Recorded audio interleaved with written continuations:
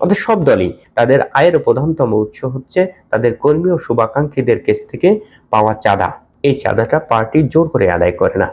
তাদের যে কর্মী শুভাকাঙ্ক্ষীরা আছে তারা স্বপ্রণোদিত হয়ে পার্টি চালানোর জন্য দেয়।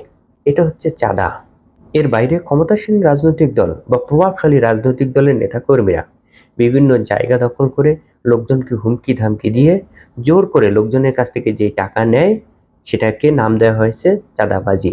কোনটা চাঁদা এবং কোনটা চাঁদাবাজি সেটা কি দেশের পত্রিকা এবং দেশের বুদ্ধিজীবীরা জানে না? অবশ্যই জানে। এই চাঁদাবাজি নিয়ে বিএনপির বুদ্ধিজীবী ডাক্তার সায়ন্ত কি বলে চলেন শুনে আসি। জামায়াত ইসলাম কি হাদিয়া নেয়? ওই যে চাঁদাবাজির নাম দিয়েছে হাদিয়া। ডাক্তার সায়ন্ত বলতেছে জামাত হাদিয়ার নামে চাঁদাবাজি করে। জামাত যে হাদিয়া তোলে বা মাসিক ইয়ানা তোলে সেটাকে কি জামাত জোর করে তুলে? অবশ্যই না। তার যে শুভাকাঙ্ক্ষী আছে কর্মীরা আছে তারা স্বপ্রণোদিত হয়ে দেয়। এখানে জোর জবরদস্তির কোনো বিষয় না।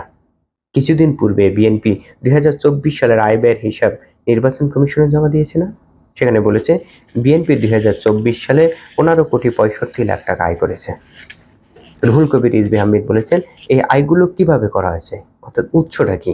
তিনি বলেছেন সদস্যদের মাসিক চাঁদা, বই পুস্তক বিক্রয়, ব্যাংক সুদ ও এককালীন অনুদান। অর্থাৎ বিএনপি যে 15,65,00,000 টাকা আয় করেছে সেটি আয় করার প্রধান উৎস হচ্ছে সদস্যদের মাসিক চাঁদা। এই 15,65,00,000 টাকা নিয়ে কেউ সমালোচনা করেছে? করে নাই। কেউ বলেনি যে গত বছর 2024 সালে বিএনপি 15 কোটি টাকা চাঁদাবাজি করেছে। কেউ বলেনি। ডক্টর সায়ন্ত কি বলবে যে বিএনপি 15 কোটি টাকা চাঁদাবাজি করেছে? করেনি। তো বিএনপি চাঁদাকে সায়ন্ত চাঁদাবাজি বলবে না, কিন্তু জামাত যেই টাকাটি চাঁদা হিসেবে তুলছে সেটাকে সায়ন্ত চাঁদাবাজি বলতেছে।